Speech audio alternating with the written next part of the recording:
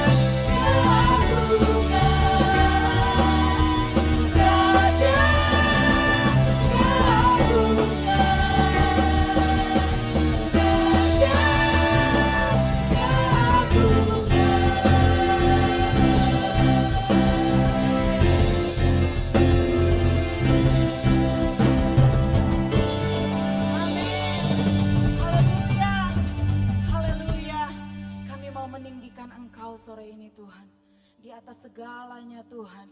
Karena kami sungguh melihat kebaikan-Mu nyata di dalam kehidupan kami. Kami ada Tuhan untuk menyembah-Mu. Haleluya. Haleluya Yesus.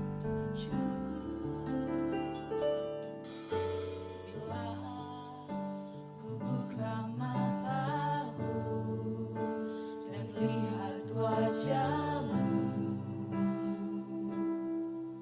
ku terkagum. Bila ku lihat hidupku dan karya tangan-Mu, ku tersanjung. Karena semua yang baik dalam hidupku, itulah karya-Mu. Kau beri kesempatan yang baru, dan ku ingin mengenal-Mu Tuhan lebih dalam dari semua yang ku kenal. Tiada kasih yang melebihi-Mu. Ku ada untuk menjadi penyembah-Mu.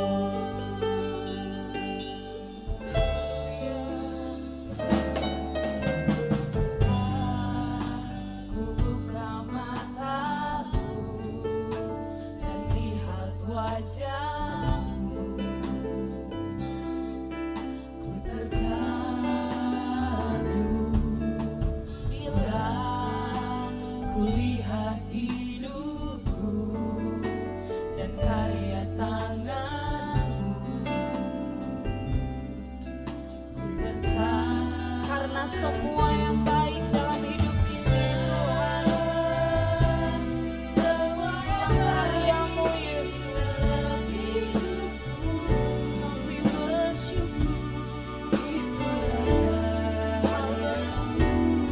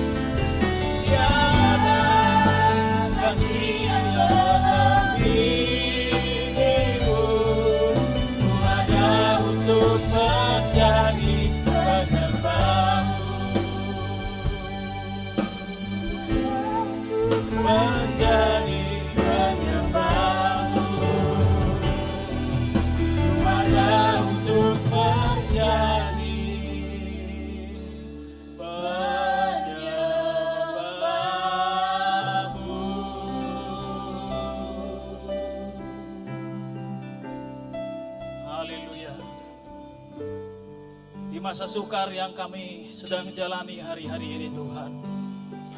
Di saat kami tidak tahu harus berbuat apa di dalam hidup kami. Karena begitu berat beban yang kami pikul di dalam pundak kami. Beban-beban kehidupan besar yang kadang membuat kami gentar di dalam Tuhan. Yang kami mau adalah ingin terus mengenal Engkau Tuhan. Dan bertumbuh di dalam pengenalan kami akan Tuhan. Terima kasih Tuhan buat hadirat-Mu, kuasa-Mu dan tuntunan Roh-Mu yang bekerja melalui puji-pujian yang sudah kami naikkan. Hati kami, iman kami terangkat kepada Tuhan. Dan pada saat sore hari ini Tuhan, kami akan belajar firman Tuhan. Kami mohon urapan Tuhan turun atas hamba-Mu yang terbatas. Biarlah kuasa dari Roh Kudus yang menyempurnakan pemberitaan firman Tuhan kepada sidang jemaat yang mengikuti live streaming sore hari ini. Di dalam nama Yesus, kami siap untuk diberkati oleh firman Tuhan. Haleluya. Amin. Shalom Bapak Ibu sidang jemaat, rekan Lifers, Edgers yang sedang mengikuti live streaming sore hari ini. Puji nama Tuhan, Tuhan baik di dalam kehidupan kita karena sampai detik ini, sampai di minggu kedua bulan Juli ini kita merasakan Tuhan ajaib dan heran di dalam hidup kita. Tema yang saya angkat pada saat sore hari ini berjudul The Desire to Know and Behold. The Desire to Know and Behold. Teks yang saya ambil di dalam perenungan kita sore hari ini di dalam kitab Hosea pasal yang ke-6 ayat yang ketiga yang mengatakan bahwa marilah kita mengenal dan berusaha sungguh-sungguh mengenal Tuhan. Ia pasti muncul seperti fajar. Ia akan datang kepada kita seperti hujan. Seperti hujan pada akhir musim yang mengairi bumi. Bapak Ibu rekan-rekan kaum muda yang dikasihi Tuhan, di kondisi yang sulit hari-hari ini kita seakan-akan dipaksa untuk melakukan sesuatu yang paling penting dan utama di dalam hidup kita. Dan saya berpikir sore hari ini kita akan belajar bersama-sama ketika kita menghadapi masa sukar, maka kita harus lebih lagi untuk kita mengenal Tuhan. Karena mengenal Tuhan itu bukan sekedar tahu tentang Tuhan, tapi mengenal Tuhan berbicara mengenai kesungguhan hati kita untuk berjuang membangun hubungan pribadi dengan Tuhan. Apalagi di masa COVID seperti ini, di masa yang sukar seperti ini, dengan keadaan yang gak menyenangkan di dalam kehidupan bisnis usaha kita, di dalam kehidupan pekerjaan kita, perkuliahan kita, studi kita. Tuhan ingin supaya kita lebih sungguh-sungguh lagi di dalam mengenal Tuhan. Saya kenal dengan satu keluarga yang beberapa waktu lalu sempat terdampak akibat COVID-19 ini. Di awal-awal COVID, sekeluarga ini berdoa supaya mereka tidak terdampak di dalam pekerjaan mereka, tidak terdampak di dalam kesehatan mereka. Tapi apa yang terjadi? Akibat dari COVID, suaminya sudah tidak bisa lagi keliling karena pekerjaannya keliling. Bahkan sang istri juga terdampak dengan terkena PHK dari tempat kerjanya. Belum lagi ada kebutuhan-kebutuhan rutin yang harus dia penuhi setiap bulannya. Yang harus dipenuhi sesuai dengan tenggat waktu yang sudah ditentukan. Bahkan mereka juga memiliki beban bahwa tahun depan mereka harus segera pindah rumah. Dengan biaya yang tidak sedikit tentunya. Bapak Ibu Saudara dan sidang jemaat Tuhan, apakah keadaan-keadaan seperti ini sedang relevan? Sedang kita hadapi hari-hari ini di sekitar kita? Atau bahkan kita sendiri mengalami hal-hal seperti ini? Saat belakangan ini jika engkau sudah berjuang sekuat tenaga untuk membuat keluargamu tetap hidup. Saat engkau berjuang sekuat tenaga untuk pekerjaanmu, usahamu tetap berjalan. Saat engkau berjuang sekuat tenaga supaya perputaran uang di dalam usahamu tetap berjalan. Tapi seakan-akan ketika kita sudah melakukan segala upaya, kita seperti menabrak gunung es yang begitu besar dan kokoh yang siap-siap secara perlahan menenggelamkan iman dan pengharapan kita kepada Tuhan. Nah pertanyaannya sore hari ini adalah bagaimana cara kita memahami maksud dan rencana Tuhan di masa yang sukar ini. Rupanya di dalam Alkitab ada juga tokoh yang bergumul hal yang sama tentang maksud dan rencana Tuhan ketika menghadapi masa yang sukar. Saya membawa pikiran kita kepada masa lalu di dalam kehidupan Ayub. Ayub seorang pengusaha yang saleh. Firman Tuhan mengatakan dia jujur, bahkan dia suka berkorban bagi Tuhan. Namun dia mengalami musibah masa yang sukar. Ternaknya, usahanya, bahkan anak-anaknya hilang dari kehidupannya. Bahkan ketika sudah bangkrut sekalipun, ia didera penyakit dan istrinya justru meminta Ayub supaya mengutuki Tuhan. Yang luar biasa saya pelajari dari Ayub adalah, sekalipun ia harus mengalami masa yang sukar, ia tidak pernah sekalipun menyalahkan Tuhan. Ia tidak pernah sekalipun mempertanyakan Tuhan, menyalahkan Tuhan tentang perbuatan Tuhan di dalam kehidupannya. Saya coba berpikir, saya coba menyelidiki, saya coba melihat dari mana Ayub menerima kekuatan yang seperti itu. Saya membawa pikiran saya di dalam kitab 1 Korintus pasal 10 ayat yang ke-13. 1 Korintus 10 ayat 13 mengatakan pencobaan-pencobaan yang kamu alami ialah pencobaan-pencobaan biasa yang gak melebihi kekuatan manusia. Sebab Allah itu setia. Dan karena itu ia tidak akan membiarkan kamu dicobai melampaui kekuatanmu. Pada waktu kamu dicobai, ia akan memberikan kepadamu jalan keluar sehingga kamu dapat menanggungnya. Saya mau katakan bahwa ketika kita mengikut Tuhan, Tuhan gak pernah menjanjikan kita bebas dari masa sukar, tidak. Tapi ia selalu memberikan jalan keluar agar kita menjadi orang yang gak mudah menyerah. Ada jalan keluar disediakan Tuhan bagi orang yang dikasihinya. Lalu apa tujuan dari masa sukar? Tujuan dari penderitaan? Tuhan memaksudkan itu kita alami sebagai orang-orang percaya supaya kita bertumbuh menjadi dewasa. Menjadi orang yang mengerti, membedakan mana yang benar, mana yang salah. Yang berikutnya, yang kedua, kita bisa belajar tanggung jawab. Mengambil tanggung jawab. Saya dengan istri memiliki 2 anak. 2 orang putri yang usianya masih balita, bawah 5 tahun. Sudah tahu sendiri dengan kondisi 2 anak balita, keadaan rumah bagaimana. Selalu kacau balau mainan. Dan kami selalu menerapkan disiplin yang namanya setelah bermain dengan mainan harus belajar clean up.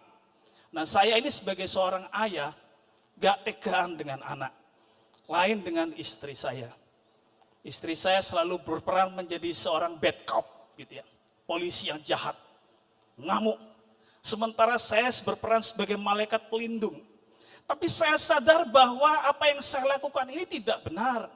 Saya sadar apa yang saya lakukan ini salah. Ketika saya terus memanjakan anak-anak saya nggak bantu dia, saya tidak bantu dia untuk dia bisa bertumbuh dewasa. Berani ambil tanggung jawab untuk meng-clean up mainannya.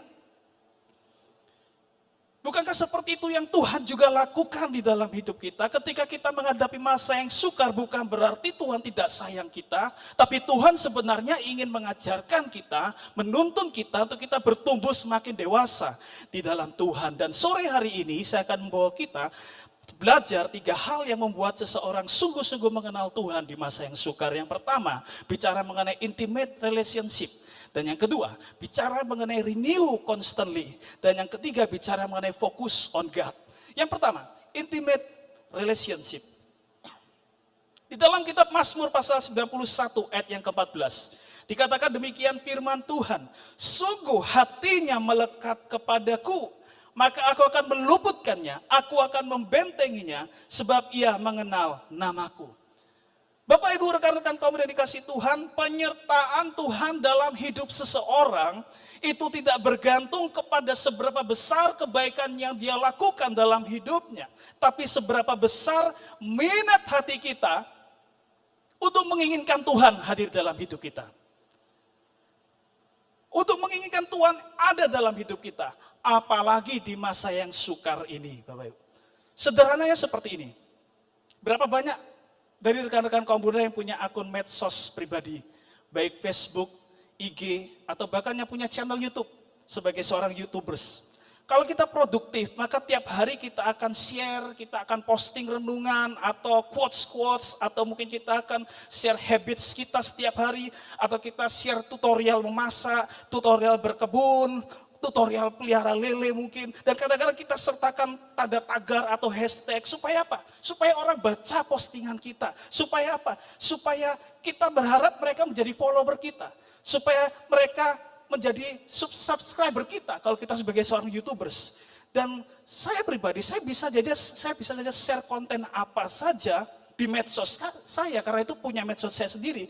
Tapi belum tentu semua orang tertarik untuk menonton. Belum tentu semua orang tertarik untuk melihat. Bahkan kita diperhadapkan pada realita, jangankan berharap follow atau subscribe channel kita, akun kita. Sudah berdonasi dengan tekan like atau jempol saja sudah puji Tuhan gitu ya ceritanya. Nah seperti itulah Tuhan. Ia sudah memposting jalan-jalan kebenaran dalam hidup kita. Bahkan ia rela turun dalam dunia untuk memberikan keselamatan bagi seluruh dunia melalui pengorbanannya mati di atas kayu salib. Tapi tidak semua orang mau follow Jesus. Tidak semua orang mau hashtag kepada nilai-nilai kekal yang Yesus ajarkan di dalam kehidupan manusia sehari-hari dalam dunia ini. Dan di masa sukar ini mari saya mengajak kita semuanya rekan-rekan kaum muda dan Bapak Ibu yang sedang mengikuti live streaming sore hari ini. Mari di masa yang sukar ini kita menjaga agar hati kita selalu melekat kepada Tuhan. Melekat kepada Tuhan, berbicara mengenai rindu untuk berbicara dengan Tuhan. Mazmur 42 ayat 2-3 mengatakan, seperti rusa yang merindukan sungai yang berair, demikianlah jiwaku merindukan Engkau ya Allah. Jiwaku haus kepada Allah yang hidup. Saya berpikir satu hal bahwa orang-orang yang mencari Tuhan dan rindu untuk mengenal Tuhan akan mengalami kasih pemeliharaan Allah yang kekal. Haleluya. Kalau kita benar-benar rindu cari Tuhan, kita benar-benar rindu untuk mengenal Tuhan di dalam hidup kita, pengalaman-pengalaman yang gak mengenakan kita sehari-hari, Tuhan pasti akan pelihara kita. Tuhan pasti akan cukupkan segala kebutuhan hidup kita. Saya teringat memori ketika saya pacaran dulu dengan istri saya, selalu biasa kalau kartu-kartu telepon itu biasanya kalau tengah malam baru ada gratisan gitu ya. Jadi kadang-kadang harus tunggu sampai tengah malam, bisa bincang-bincang agak lama di telepon gitu ya. Itu waktu pacaran. Waktu mungkin hubungan itu masih bicara kanak-kanak. Tapi ketika hubungan itu sudah dewasa, ketika masuk dalam kehidupan suami istri dalam rumah tangga, tidak lagi seperti itu. Jangankan pisah rumah, jangankan berjauhan, sudah satu kursi saja yang suami otaknya ke Papua, yang istri otaknya ke Medan, ke Sumatera. Artinya satu kursi saja nggak ada satu hati, nggak ada omong-omongan karena masing-masing punya kepentingan sendiri. Sedangkan dulu waktu pacaran, rasanya kok 1 menit aja nggak ngomong itu nggak enak gitu. Saya bisa memahami apa yang Yesus katakan, Yesus ajarkan kepada para murid di dalam Matius 18 ayat yang ketiga, bahwa Tuhan perintahkan supaya kita punya iman seperti seorang anak kecil yang selalu rindu berbicara kepada Tuhan. Saya hari-hari ini sangat merasa seperti rasa bulan madu sekali dengan anak-anak saya ya. Sampai tadi ketika mau berangkat ke sini untuk pelayanan ini, ada cara sekolah minggu yang dua-duanya itu minta gendong. Papa. Jadi dengan gendong seperti ini istri saya, foto saya, rekam video saya. Karena ketika tahu saya akan berangkat, wah mereka gak mau untuk lepas gitu ya. Jadi Tuhan rindu supaya kita memiliki iman dan punya semangat seperti seorang anak kecil yang rindu untuk terus berhubungan dengan Tuhan. Yang berikutnya adalah kita melakukan apa yang disukai Tuhan. Barang siapa, di dalam Yohanes 14 ayat 21, barang siapa memegang perintahku dan melakukannya, dialah yang mengasihi aku. Ia akan dikasihi oleh Bapakku dan aku pun akan mengasihi dia dan akan menyatakan diriku kepadanya. Rekan-rekan kaum muda, bahwa kasih itu bukan sekedar kata-kata yang indah.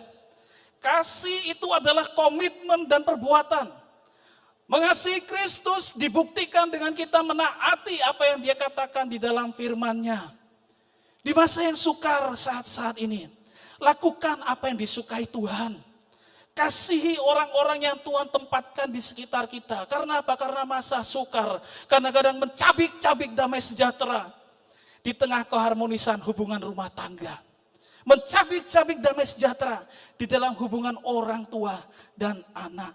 Kadang-kadang hari-hari saya temui dalam kehidupan profesional muda, ketegangan di dalam pekerjaan itu dibawa ketika pulang ke rumah, tukaran dengan orang tua. Kadang-kadang juga sebagai seorang suami, ketika begitu besar pressure-nya di dalam pekerjaan, ketika pulang sampai ke rumah, pusingnya itu pergumulannya dibawa ke rumah, tukaran dengan istri dan anak-anak. Kita perlu ingat nasihat Tuhan di dalam kitab Galatia pasal 6 ayat yang kedua. Bertolong-tolonganlah menanggung bebanmu. Kita bekerja sebagai seorang tim di dalam rumah tangga, di dalam keluarga, bahkan di dalam pelayanan dan pekerjaan kita. Dan yang ketiga, Hati yang melekat berbicara mengenai punya inisiatif. Kolose 3 ayat yang ke-23. Apa saja yang kamu lakukan, lakukanlah dengan segenap hatimu seperti untuk Tuhan dan bukan untuk manusia. Mari jangan jadikan tanggung jawab kita hari-hari di masa yang sukar sebagai sebuah beban dan keterpaksaan. Lakukan sebagai bentuk ibadah dan pelayanan kita kepada Tuhan. Kita selalu punya inisiatif untuk menyenangkan hati Tuhan. Kita selalu punya inisiatif untuk menyenangkan orang tua kita, pimpinan kita, orang-orang yang Tuhan tempatkan di sekitar kita. Tanpa disuruh, kita sudah tahu kita harus melakukan apa. Dari masa kecil, saya sudah ditanamkan habit kegiatan-kegiatan rumah tangga itu sebagai sebuah kesenangan, sebagai sebuah bagian hidup, bukan sebagai sebuah beban. Setiap hari saya didisiplin oleh ibu saya. Bangun dari jam 4 sampai dengan jam 5 ke pasar.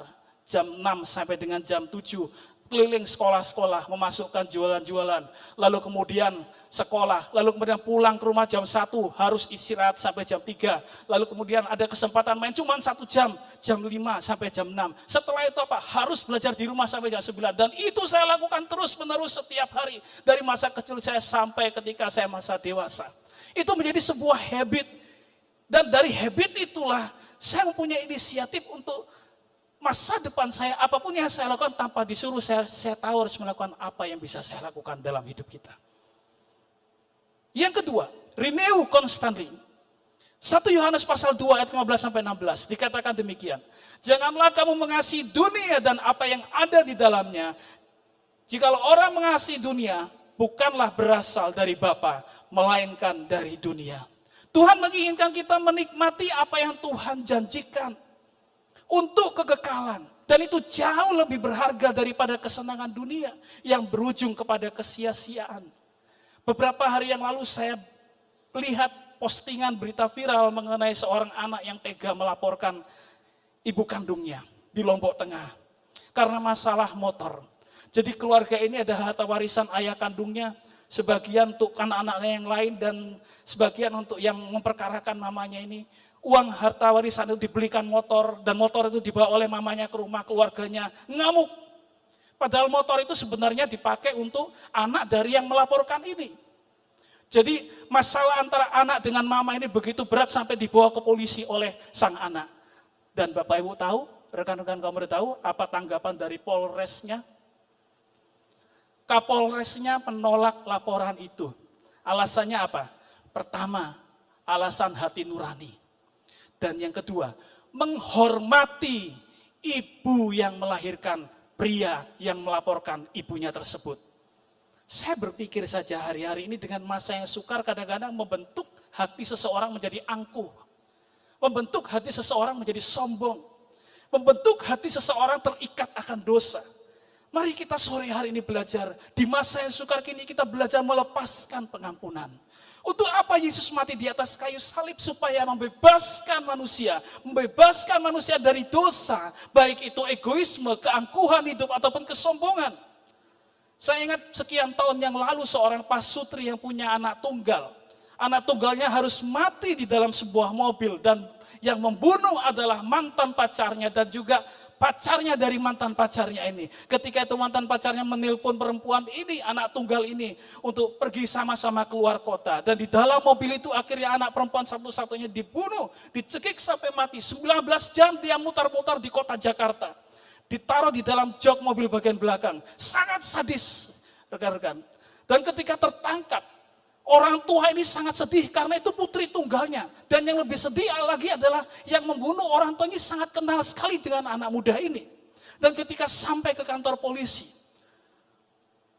anak muda ini tertunduk malu karena dia tahu papa mama yang anak yang dia bunuh. Dan lebih malu lagi apa yang terjadi ketika sang ibu menghampiri sang pembunuh itu dan dia berkata, "Nah, apapun yang engkau sudah lakukan kepada putri tunggal kami ini, kami tetap mengampuni engkau." Waduh, ketika saya baca ini rekan-rekan, saya rasa, waduh sanggup gak saya seperti ini gitu ya. Mau mengampuni orang yang membunuh anak satu-satunya. Saya berpikir dari mana kekuatan seseorang bisa melakukan seperti itu. Saya berpikir dengan kekuatan manusia kita sendiri kita nggak mampu. Nggak mampu. Yang memampukan adalah Yesus yang memberi kekuatan bagi kita. Oleh karena itu mari kita memulai segala sesuatu dengan pikiran yang berubah. Filipi pasal yang keempat ayat yang ke-13 berkata, segala perkara dapat kutanggung di dalam Dia yang memberi kekuatan kepadaku. Kadang-kadang kita sebagai manusia kita berpikir bahwa kebaikan itu bicara mengenai bisnis yang lancar, kuliah yang lancar, kita sehat walafiat gak sakit, uang kita banyak, deposito kita melimpah. Tapi baik menurut Tuhan tidak sama baik menurut manusia. Baik menurut Tuhan bukan sekedar pemberian kenyamanan atau fasilitas, melainkan sampai pada titik mana Tuhan menambahkan karakter kekal di dalam kehidupan seseorang. Kadang-kadang bicara soal keadilan Tuhan, Tuhan menaruh kita kepada masa yang gak menyenangkan, supaya kita diajar menjadi pribadi yang jauh lebih baik dengan karakter kekal yang Tuhan sudah tanam dalam hidup kita. Dan yang terakhir, yang ketiga, fokus on God. Mazmur 16 ayat yang ke-8 mengatakan, aku senantiasa memandang kepada Tuhan, karena Ia berdiri di sebelah kananku, aku tidak goyah. Fokus on God. Hidup kita gak bergantung kepada realita hidup yang ada di depan mata kita, yang diizinkan Tuhan terjadi. Tapi hidup kita itu bergantung kepada setiap perkataan dan janji yang diucapkan Tuhan di dalam hidup kita. Bapak Ibu rekan-rekan kaum yang terkasih, Dia Allah yang berdaulat dan Dia tidak harus menjawab setiap pertanyaan kita. Dia berkuasa untuk melakukan apa saja. Ia bisa mengontrol kehidupan manusia. Walau manusia punya kehendak bebas, pilihan bebas, tapi kontrol itu tetap ada di dalam tangan dan kendali Tuhan. Kadang-kadang di dalam hidup musibah bisa terjadi. Pengalamannya gak menyenangkan bisa terjadi. Dan kita mendapati kenyataan sepertinya Tuhan diam saja. Kadang-kadang kita bisa tergoda untuk protes kepada Tuhan dan bertanya, Tuhan, kenapa Tuhan izinkan ini terjadi dengan keluarga saya, dengan usaha saya, dengan kesehatan saya. Mari kita hari-hari ini banyak berdiam diri, menangis di hadapan Tuhan, mengevaluasi hidup kita. Siapa kita di hadapan Tuhan? Kita cuma debu tanah. Yang Tuhan minta bahwa karakter Tuhan atau karakter kita sebagai manusia itu ditempa oleh situasi-situasi hidup yang gak menyenangkan. Saya mau katakan satu hal kebenaran, bahwa putus asa itu bukan produk dari penderitaan. Putus asa itu bukan hasil dari masa yang sukar, tapi orang berputus asa karena dia gak berhasil menemukan jawaban apa di balik setiap peristiwa yang diizinkan Tuhan terjadi dalam hidupnya. Lalu bagaimana cara supaya kita berhasil menemukan jawabannya? Tidak lain dan tidak bukan kita perbaharui fokus hidup kita. Apa yang Tuhan ingin kerjakan melalui hidup kita. Hati-hati dengan apa yang kau lihat hari-hari ini. Hati-hati dengan apa yang kau dengar hari-hari ini. Ketika seseorang hanya melihat dan mendengar apa yang di depan mata, mereka akan mudah kecewa. Apa yang terjadi di Alkitab itu terjadi kepada kita hari-hari ini. Ada orang yang kecewa bertahun-tahun dengan sakit pendarahan. Karena pengharapannya memang mengecewakan. Dia sudah kemana-mana tapi tidak tersembuhkan. Ada orang yang sekian puluh tahun ada di tepi kolam Bethesda. Mengharapkan terjadi mukjizat kesembuhan tapi gak sembuh-sembuh. Nah itu juga sama terjadi hari-hari banyak orang Kristen yang di dalam gereja. Dia masih percaya kepada Tuhan. Tapi dia sudah capek, dia sudah lelah. Karena dia sadar bahwa kebaikan Tuhan, mukjizat Tuhan itu bagi orang lain. Tapi bukan bagi dia. Dia bukan orang yang gak percaya Tuhan. Dia orang yang percaya Tuhan. Tapi dia merasa bahwa kebaikan Tuhan bukan untuk dia. Sekian tahun yang lalu saya ingat ada satu bapak yang dia petobat baru, dia percaya Yesus, dia dibaptis, di gereja ini. Lalu kemudian setelah ada beberapa bulan, sekitar 3-4 minggu, dia nggak datang ke gereja. Sangat mudah mengenali karena kafling tempat duduknya saya tahu di mana. Lalu kemudian saya datang kepada bapak itu di rumah, saya tanya, Pak kenapa nggak ke gereja dalam 3-4 minggu? Dia cerita, saya kecewa ketika saya ikut Yesus. Justru kehidupan rumah tangga anak saya sedang ada dalam masa kritis perceraian. Yang ingin saya seberangkan, rekan-rekan kaum muda. Tidak semua di dalam kehidupan ini itu terjadi sesuai dengan pengharapan kita. Sesuai dengan keinginan kita. Tapi saya mau katakan satu hal. Sekecil apapun harapan kita di dalam hidup, maka harapan tetaplah harapan. Lakukan dengan kebenaran serta pengenalan yang benar akan Tuhan. Dan yang berikut, kita boleh kehilangan segala-galanya di masa sukar ini. Tapi kita jangan sampai kehilangan pengharapan di dalam Tuhan. Biar kiranya renungan ini menolong kita untuk kita semakin bertumbuh di dalam Tuhan. Masa yang sukar bukan akhir dari segalanya, tapi masa yang sukar mengajarkan kita untuk kita semakin mengenal Tuhan. Jauh dan jauh lebih dalam lagi di dalam kehidupan kita. Bapa, Engkau mengenalku. Mari kita naikkan pujian ini. Kita naikkan pujian ini sebagai doa kita kepada Tuhan. Ketika kita berdoa kepada Tuhan, apapun masa sukar yang kita hadapi hari-hari ini, dengan kita belajar sungguh-sungguh mengenal Tuhan, Tuhan akan bawa kita kepada musisat-musisat yang Tuhan sudah siapkan dalam hidup kita. Haleluya. Oh. Bapa, Engkau mengenalku lebih dari siapapun. Engkau tahu ceritaku dan isi hatiku. Tak peduli masa lalu, tak peduli masa lalu, Engkau tetap pemilikku. Bahkan kami Tuhan, sempurnakan jadi karya yang kini aku percaya tiada yang mustahil bagimu. Kuasamu kuatkanku, dasarku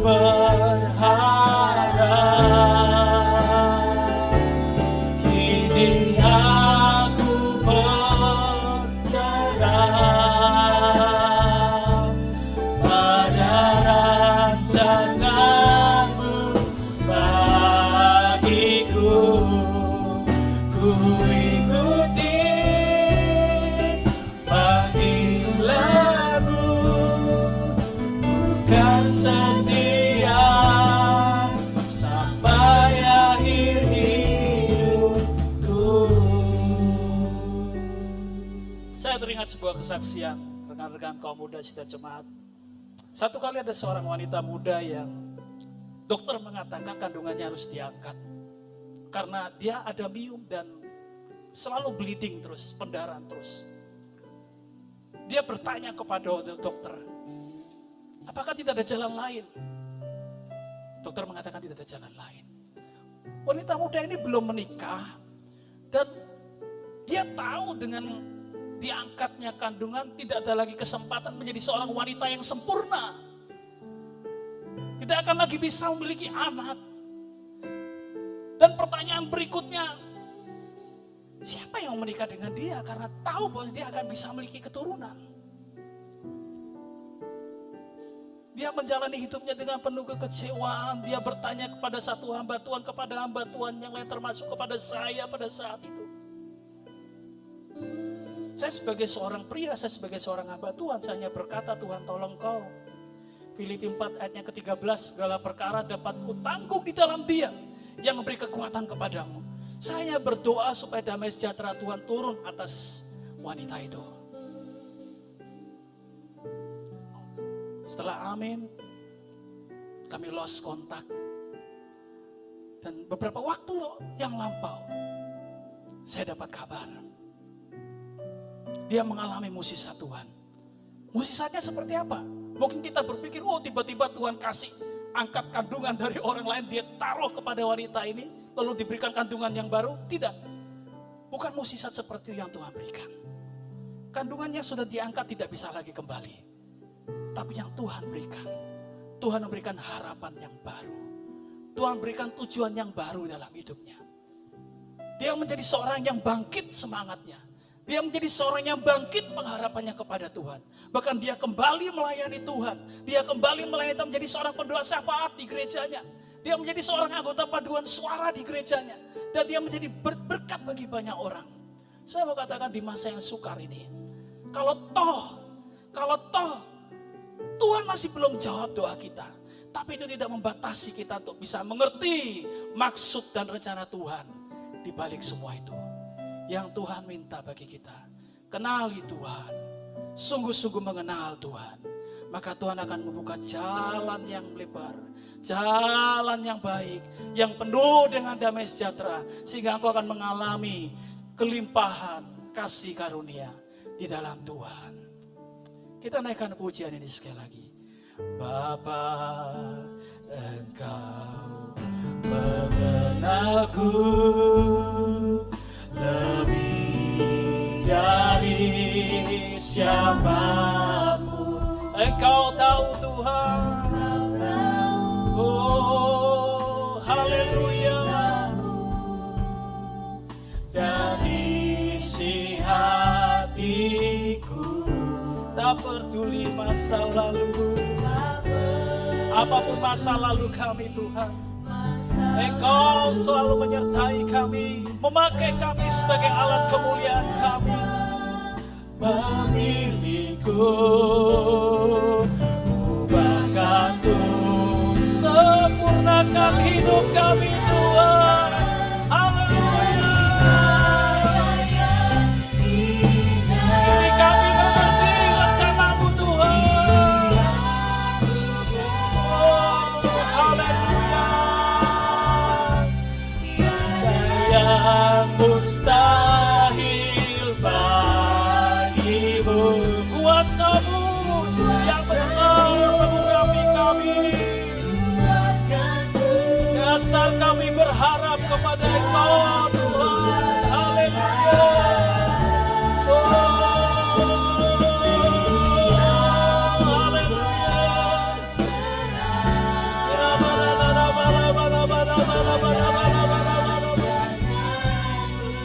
Bagiku, ku ikuti panggilan-Mu, bukan setia sampai akhir hidupku. Haleluya. Sikira badadadara badadara badaba sikira badabadabadaba. Tuhan, kuatkan kami. Kami yang mulai lemah, kami yang mulai kecewa, kami yang mulai kehilangan harapan di dalam Tuhan. Kami yang bergumul untuk kebutuhan kami yang bergumul untuk damai sejahtera kami yang bergumul untuk sulit mengampuni. Kami mohon kuasa-Mu bekerja. Sikira jamah kami.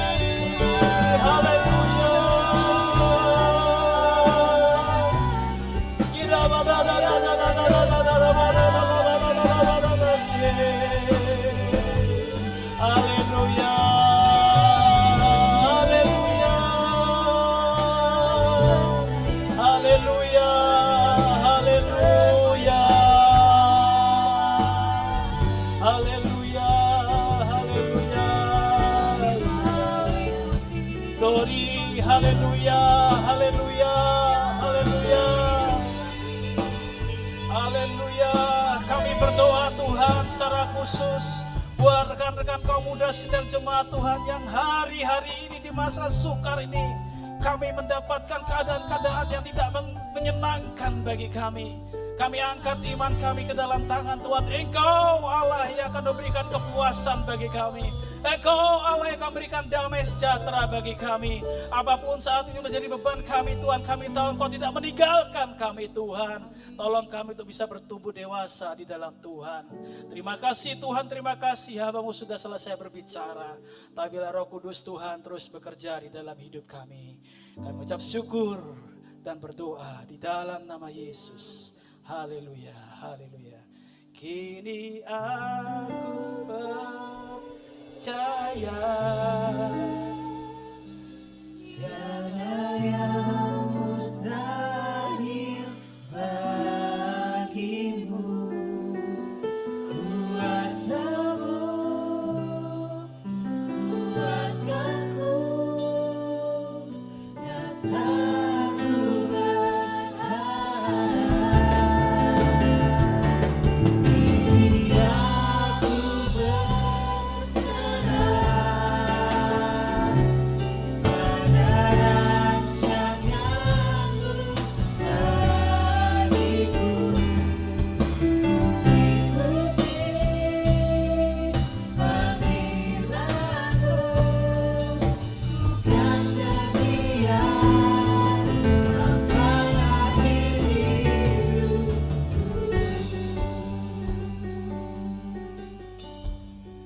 Puji Tuhan, firman Tuhan hari ini mengingatkan setiap kita apa yang menjadi kerinduan kita saat ini, apa yang menjadi fokus kita saat ini, dan apa yang menjadi pergumulan kita saat ini. Bagaimana karakter kita? Firman Tuhan mengajak setiap kita mengevaluasi. Kita diingatkan untuk kita selalu melakukan hal yang disukai Tuhan, sehingga kita memiliki karakter ilahi. Tidak ada yang mustahil bagi Dia. Jangan pernah kita meragukan kuasa Tuhan. Jangan pernah. Tetap bersandar padanya. Mari kita berdoa sekali lagi. Tuhan, kami bersyukur Tuhan atas firman-Mu Tuhan. Biarlah setiap firman-Mu Tuhan boleh menguatkan kami Tuhan. Di saat-saat seperti ini Tuhan, kami percaya bahwa firman-Mu, hanya firman-Mu yang menjadi pedoman, yang menjadi penopang hidup kami Tuhan. Tetap kuatkan setiap kami Tuhan. Terima kasih Tuhan. Dan kalau sebentar Tuhan, kami mau memberikan persembahan Tuhan. Biarlah setiap kami Tuhan, Kau berikan sukacita yang penuh ketika kami memberi Tuhan. Karena kami tahu Engkau sudah memberi yang terbaik atas setiap kami Tuhan. Engkau telah melawat setiap kami, Engkau telah menutup bungkus setiap kami, Engkau telah melakukan yang terbaik atas setiap kami Tuhan. Biarlah persembahan ini Tuhan, boleh dipakai untuk hal yang terbaik, untuk kemuliaan nama-Mu Tuhan. Terima kasih Tuhan, hanya di dalam nama-Mu kami berdoa dan mengucap syukur. Amin. Oke, bagi setiap kita yang mau memberikan persembahan, kita dapat men-scan QR code ya melalui Dana, ShopeePay, GoPay atau OVO, atau kita juga bisa mentransfer melalui rekening yang tertera pada layar. Ya, kita mengundang untuk setiap kita doa syafaat bagi setiap kita yang merindukan untuk berdoa bersama-sama bagi bangsa. Ada live streaming doa malam hari Jumat tanggal 17 Juli jam 7 malam. Mari kita bersama-sama mengikuti, kita berdoa, memiliki kerinduan yang sama untuk berdoa bagi bangsa kita. Minggu depan tanggal 19 Juli ada ibadah live streaming pukul 8 pagi ibadah umum, pukul 10 pagi ibadah sekolah minggu, pukul 5 sore ibadah youth dengan bertemakan Arif vs Naif. Ya, jangan lupakan itu. Oke, nah ini ada yang baru, Ebenezer New Program. Ya, kita ada new program Host Family with Pastor Teguh Kurniawan, ya, yang akan premier tayang di YouTube channel GSJA Ebenezer pada hari Sabtu tanggal 18 Juli jam 7 malam. Oke, live mengadakan live on Instagram ya hari Selasa tanggal 14 Juli jam 7 malam dengan pembicara Ibu Cuk Kaihatu yang bertemakan setia, percaya, janji Tuhan. Ya, telah tersedia Warta Gereja edisi digital. Ya, bagi setiap kita yang belum mendapatkan bisa menghubungi nomor WA yang tertera pada layar. Departemen Sosial ya membuka donasi buat setiap kita yang merindukan untuk membantu saudara-saudara kita ya yang mengalami kesulitan ekonomi sehubungan dengan pandemi Covid ini ya dapat berdonasi dengan mentransfer di nomor rekening yang ada di layar. Ya, ini donasi yang telah kita lakukan ya, jadi bantuan-bantuan yang sudah kita lakukan di beberapa jemaat kita ya. Untuk host family sementara ditiadakan ya, masih bisa menggunakan aplikasi online ya. Bagi setiap kita yang rindu untuk ber-HF bisa menggunakan aplikasi online mungkin melalui Zoom. Bagi setiap yang ingin host family ini bisa menghubungi saudara Kevin ya melalui WA yang ada di layar. Semua kegiatan Departemen Sosial, aerobik, bimbingan belajar, konsultasi kesehatan, konsultasi hukum untuk sementara waktu ditiadakan. Info diakonia, untuk penyerahan anak bisa menghubungi Bapak David Kurniawan, untuk baptisan air bisa menghubungi Bapak Pendeta Pujiono, untuk pernikahan bisa menghubungi Bapak Pendeta Andreas. Ya. Untuk ingin tahu seputar kegiatan GSJA Ebenezer dan satelit-satelitnya, ya bisa lihat di channel YouTube atau kita buka website atau kita join di Facebook, Instagram, WhatsApp atau Twitter. Ya, untuk terus kita bisa mengikuti info-info yang ada. Ya, jangan lupa kita tetap stay at home jika tidak ada kepentingan yang urgent ataupun jika kita keluar rumah kita harus tetap menjaga protokol kesehatan dengan menjaga jarak, physical distancing, rajin mencuci tangan, menggunakan masker atau face shield. Oke, ini juga ada tayangan podcast untuk 11DG yang akan tayang setiap hari Sabtu.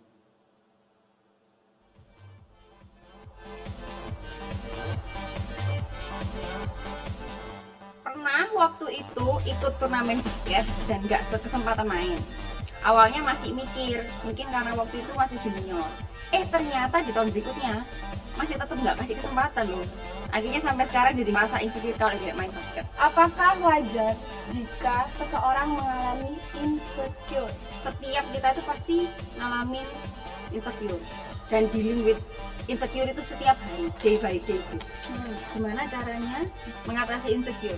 Yang bukan sekedar karena minder, tapi emang pada kenyataannya gitu. Merasa insecure itu ya karena kita salah dalam berpikir, karena kita belum menerima diri kita.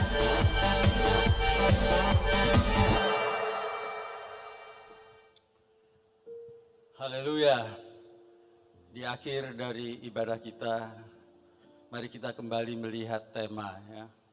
Kerinduan untuk melihat dan akhirnya memandang.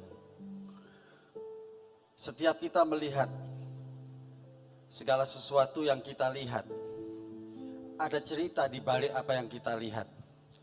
Artinya apakah kita melihat sampai kita memandang, atau kita mendengar sampai kita mengerti. Itulah yang dikehendaki Tuhan, sehingga kita jeli, sehingga kita cerdas, dan kita menanggapi kehidupan di dalam dunia ini dengan kita melihat bagaimana Tuhan bekerja dan bagaimana kita mengerti kebaikan Tuhan dalam hidup kita. Kita akan naikkan satu pujian ini, dan ku ingin mengenalmu Tuhan. Biar ini menjadi kerinduan kita, menjadi doa kita di hadapan Tuhan pada malam hari ini. Dan ku ingin mengenalmu Tuhan lebih dalam dari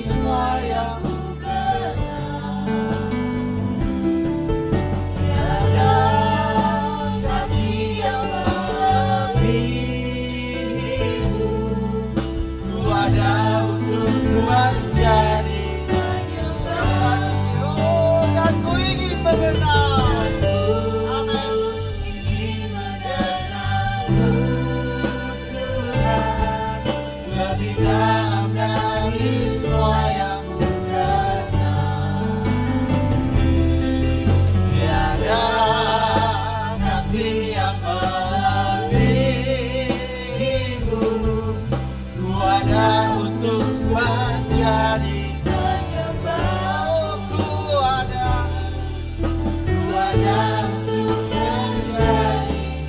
Ku ada menjadi penyembahmu.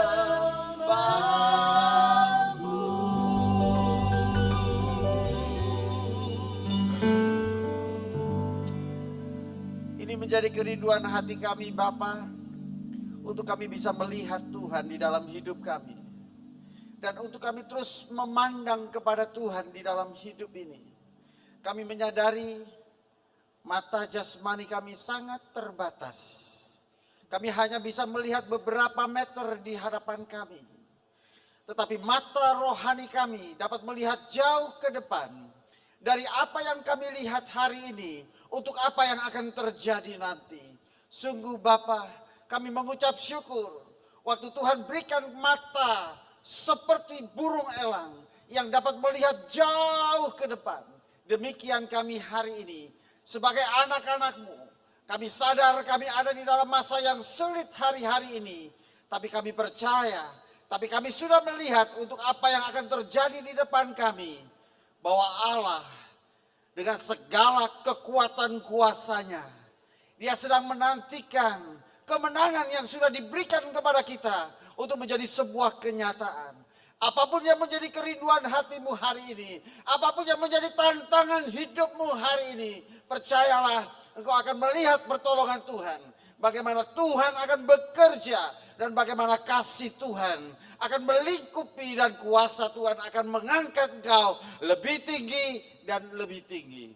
Terima kasih Bapa, kami percaya janji Tuhan ya dan amin. Bahwa setiap kami adalah pemenang. Kami bukan ekor tapi kami adalah kepala. Biarlah Tuhan kami dapat membawa semakin banyak orang datang kepada Tuhan. Sebab Tuhan tempatkan kami dimanapun kami berada. Bukan menjadi batu sandungan tetapi menjadi batu penjuru. Bukan sebagai pecundang tetapi pemenang. Dan hari ini kami menjadi pemenang. Ajar kami Tuhan untuk kami mengenal dan mengenal lebih dalam lagi. Biar mata hati kami melihat dan telinga hati kami mendengar. Sehingga kami lebih mengenal Tuhan dan kami boleh melihat atau memandang Tuhan seumur hidup kami. Sidang jemaat yang dikasihi Tuhan, angels dan lifers, percayalah masa depan sungguh ada dan harapanmu tidak akan pernah hilang. Apapun yang terjadi dalam hidupmu hari ini, mari kita sama-sama datang kepada Tuhan. Kita angkat tangan kita di hadapan Tuhan. Kita membawa segala permasalahan hidup kita. Kita akui masalah itu ada di dalam hidup ini. Dan kita tidak akan pernah lepas dari masalah. Tetapi kemenangan sudah dijanjikan Tuhan bagi mereka yang melihat, mendengar, dan mengenal Tuhan lebih dalam dan lebih dalam. Dan hari ini, dengan kuasa yang daripada Tuhan, kami berdoa di dalam nama Tuhan Yesus. Apapun yang menjadi masalahmu, Tuhan jamah, Tuhan selesaikan, Tuhan pulihkan, Tuhan berikan kemenangan. Sebab itu janji Tuhan bagi setiap kami. Dan kami akan melihat bagaimana kemuliaan Tuhan, kemurahan Tuhan, kebaikan Tuhan itu akan terjadi di dalam kehidupan kami. Syukur kepada Tuhan. Haleluya. Terima kasih ya Allah, terima kasih ya Tuhan. Biar setiap kami bisa melihat kemuliaan-Mu di dalam kehidupan kami. Karena itulah kehendak Tuhan di dalam hidup kami. Tuhan memberkati sidang jemaat, Tuhan melindungi sidang jemaat. Dengan wajahnya Dia menyinari kita dan memberikan kasih karunia. Dan dengan wajahnya Dia menyinari kita dan memberikan damai sejahtera. Hari ini sampai Tuhan Yesus datang kembali. Yang diberkati Tuhan, mari sama-sama katakan amin. Dan ku ingin mengenal-Mu Tuhan lebih dalam dari semua yang kenal. Oh, tiada kasih yang melebihimu.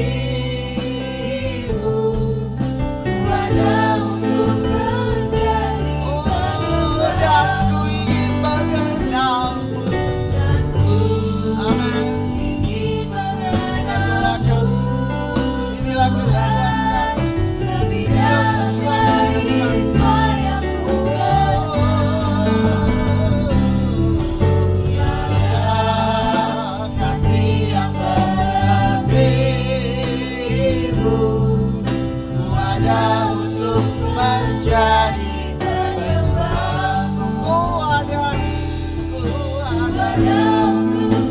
amin. Oh, kami mau menyembahmu.